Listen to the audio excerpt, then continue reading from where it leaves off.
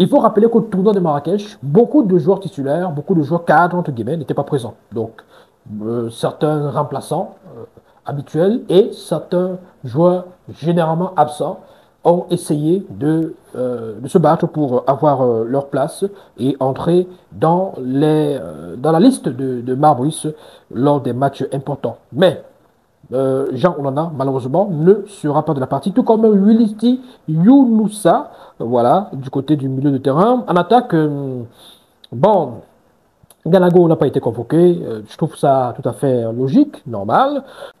Vous avez aussi Jean-Florent Batum, Batum de la Dynamo de Doha, bon, désormais, hein, il a signé du côté de l'Israël, je pense. Il n'a pas été convoqué. Il avait pourtant fait bonne impression lors du tournoi de Marrakech. Mais vous savez, on ne peut pas convoquer tout le monde, malheureusement.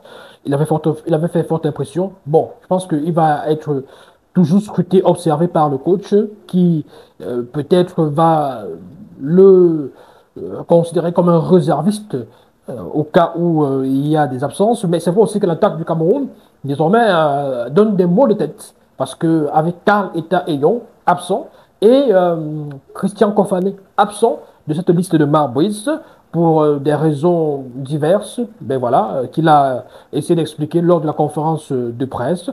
Ce sera vraiment difficile. Mais pour moi, personnellement, je pense que euh, Karl Etaillon, Christian Kofan, est-ce que c'était le bon moment pour également les convoquer? Je sais pas.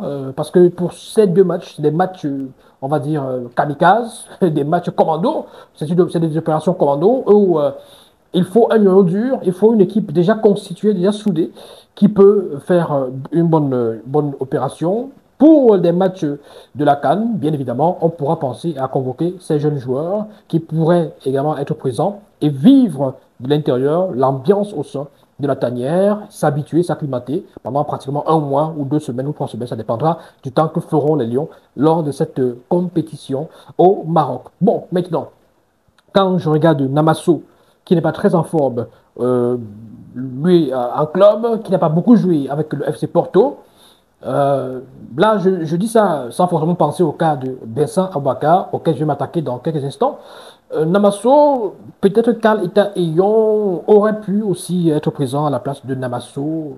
Bon, maintenant, beaucoup de personnes estiment, beaucoup d'analystes estiment que Namasso, lui, il a une palette beaucoup plus différente, beaucoup plus élargie de celle de Karl Eta Eyon, parce que Namasso, en dehors d'être avant-centre, il peut jouer numéro 10, donc il peut jouer derrière les attaquants, il peut jouer même sur le côté, voilà, et ça peut aussi aider à un moment donné. Or, Karl Eta est beaucoup plus avant-centre, beaucoup plus buteur, voilà. Maintenant, le retour de Choupo-Moting. Choupo-Moting, le retour, oui, c'est une bonne chose, une très bonne nouvelle. C'est un attaquant expérimenté, c'est un doyen, l'un des doyens de cette équipe des Lions indomptables du Cameroun, et surtout l'un des hommes en forme, attaquant très en forme du côté des États-Unis d'Amérique. Il fait son retour, son comeback dans cette sélection. Il est âgé de 36 ans, c'est le doyen, devant même Vincent Aboubakar. Bon, je ne cherche pas à savoir qui a coupé, qui n'a pas coupé. Bon, bref, ça c'est à vous, regarde. En 27 matchs du côté de la MLS, c'est déjà 15 buts et 2 passes décisives. 15 buts, 2 passes décisives en 27 matchs. Choupo-Moting est en feu, il est en feu et on devrait pouvoir compter sur cette forme olympique de Choupo-Moting pour espérer dynamiter la défense, les défenses adverses, notamment celle des Eswatini et du Cap-Vert, dans les tout prochains jours. Choupo-Moting maintenant présent, ça, avec, aux côtés de Magri, aux côtés de Patrick Soko. Alors, ça offre beaucoup de possibilités à Marc. Comment utiliser Choupo-Moting? Certainement dans un 4-2-3-1.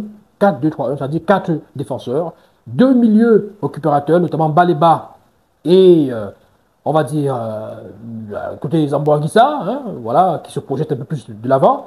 4-2, 3-1. Bon, pour le 3, ça fait 3 milieux de terrain offensifs, notamment sur le côté gauche, Bassogor ou Oundou.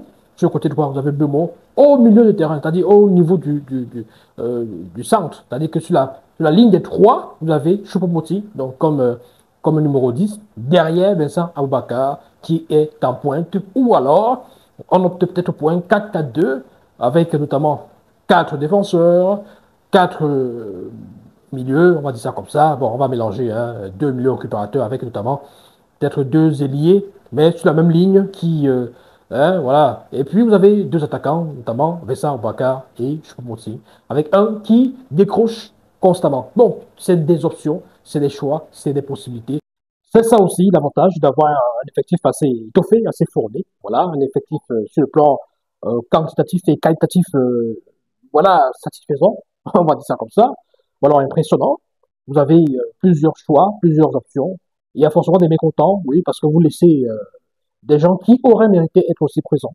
Surtout que parfois, vous convoquez des gens qui sont censés, ou alors qui sont supposés, qui sont jugés plus aptes comparativement à ceux que vous avez laissés. Je pense particulièrement à Vincent Aboubakar. Et cette polémique autour de la convocation de Vincent Aboubakar, qui offre depuis plusieurs semaines déjà, il a été convoqué, oui. Il a bel et bien été convoqué. Et c'est tout à fait normal. Et je vais vous dire pourquoi. Maintenant, est-ce qu'il aurait pu ne pas être convoqué? Oui aussi. Il aurait pu ne pas être convoqué. C'est-à-dire que si on s'en tient à certains arguments purement, on va dire, sportifs, entre guillemets, donc des logiques sportives généralement évoquées par les uns et les autres, Vincent Aboubakar, 33 ans, sans club depuis plusieurs mois, et depuis que la saison a commencé, il est sans club, il est en inactivité, on va dire ça comme ça, même s'il s'entraîne. Alors, c'est un cas difficile à gérer pour des entraîneurs, parce que c'est le joueur, le capitaine de l'équipe depuis plusieurs années, c'est l'attaquant titulaire, vedette de l'équipe nationale, c'est le doyen, c'est l'un des doyens, parce que je peux motiver le temps de retour, ça fait de lui le deuxième doyen, en principe, de cette équipe nationale. Alors, ne serait-ce que même pour sa présence comme guide et comme grand frère des vestiaires, un homme influent et important dans le vestiaire, voilà, c'est aussi important. C'est aussi important. Vu son expérience, vu son vécu, vu son parcours, et vu ses qualités aussi, parce qu'on oublie beaucoup les qualités de Vincent Aboubakar. Il y a 2 ans, 3 ans par là, on a douté des capacités de Vincent Aboubakar avant le mondial 2022. Il avait même été relégué carrément au rang de remplaçant. Et par la suite, on a vu ce qu'il a fait contre la Serbie et on a vu ce qu'il a fait contre le Brésil. Alors que Choupo-Moting, titulaire incontestable au Bayern de Munich à cette époque, n'avait pas forcément brillé lors de la Coupe du Monde. L'homme de la Coupe du Monde côté Cameroun, c'était Vincent Aboubakar. Il venait des bancs. Donc, ce qui fait penser à certaines personnes au fait que, ben, écoutez, pourquoi Vincent Aboubakar ne pourrait pas peut-être commencer aussi depuis les bancs?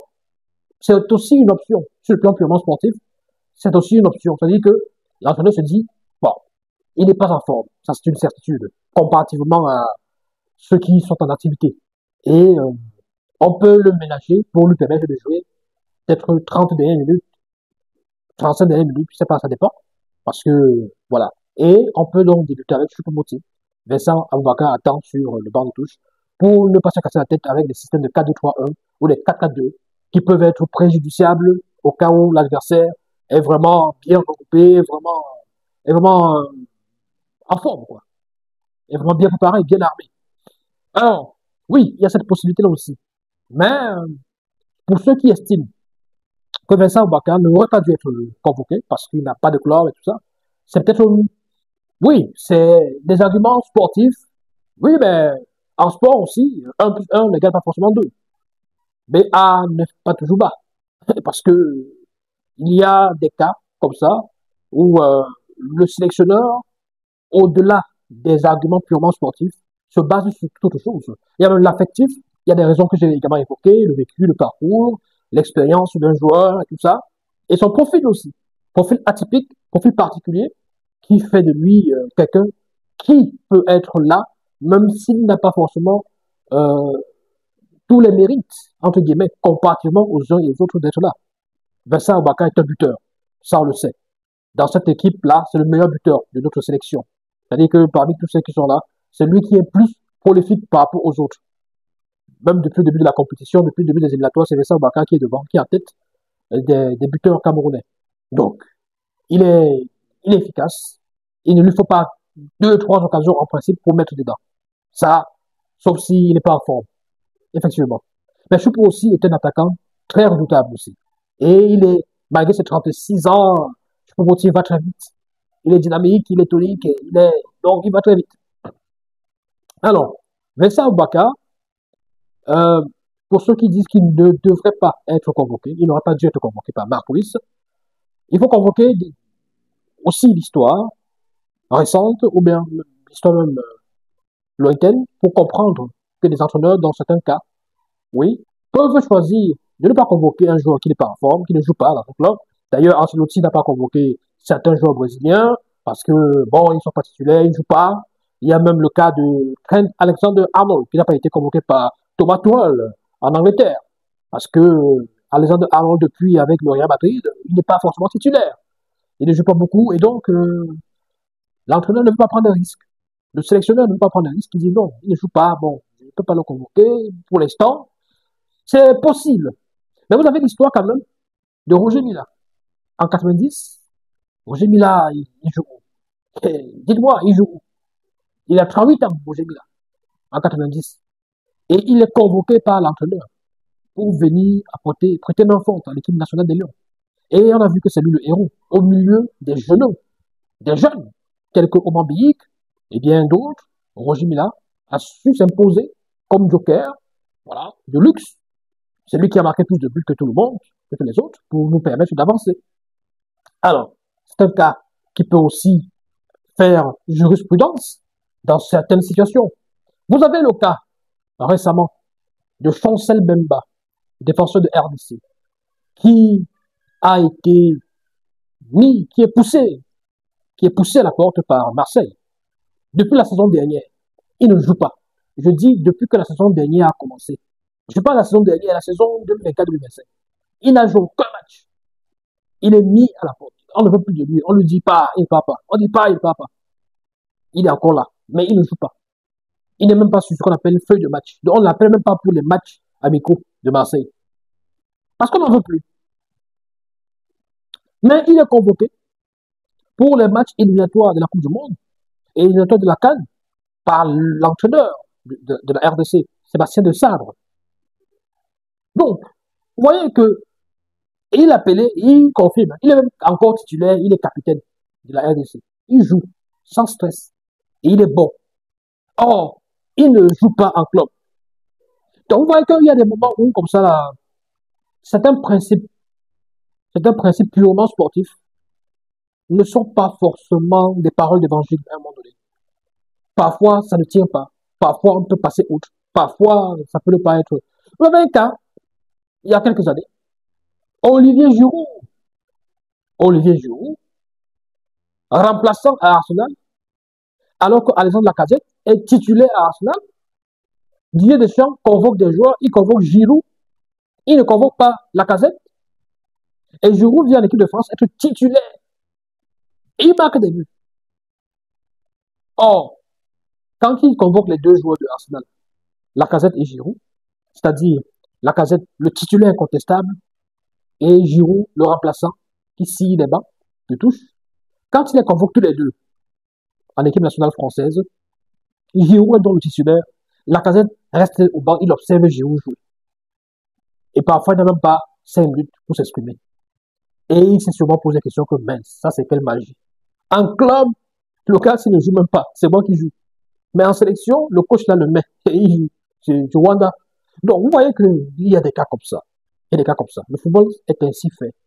On peut convoquer un joueur sur la base de certains paramètres ou aspects ou facteurs qui ne sont pas forcément 100% sportifs, c'est-à-dire qu'il brille, il joue, il est en forme, je convoque. Pas forcément. Tout comme on peut convoquer des joueurs même qui sont les plus en forme, qui brillent, ils viennent en sélection, mais rien du tout. Rappelez-vous en 2002, j'aime bien cet exemple-là.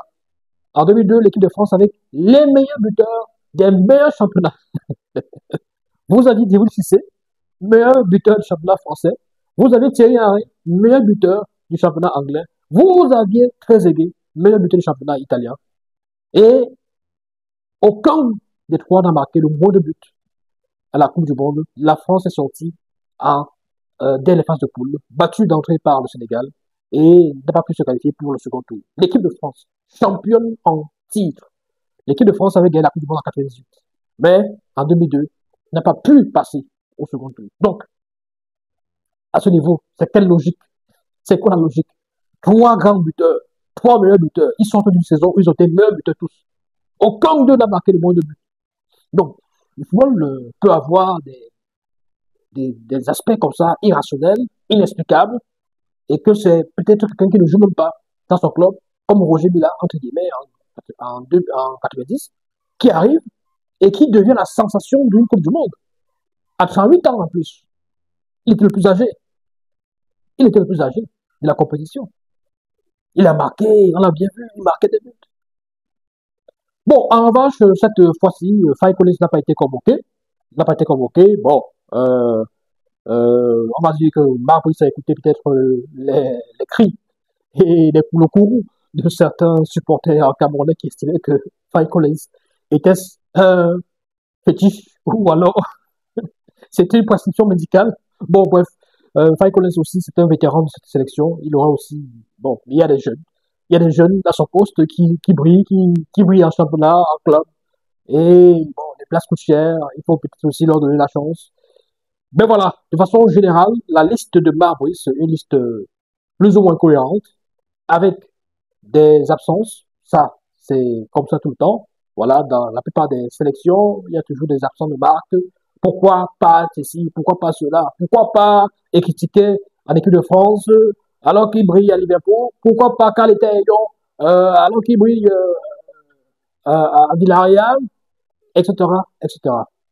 Que pensez-vous de cette liste de Barbuis pour cette période FIFA du mois de septembre 2025? Vous avez la possibilité de réagir. Laissez vos réactions, vos réflexions, vos impressions en commentaire.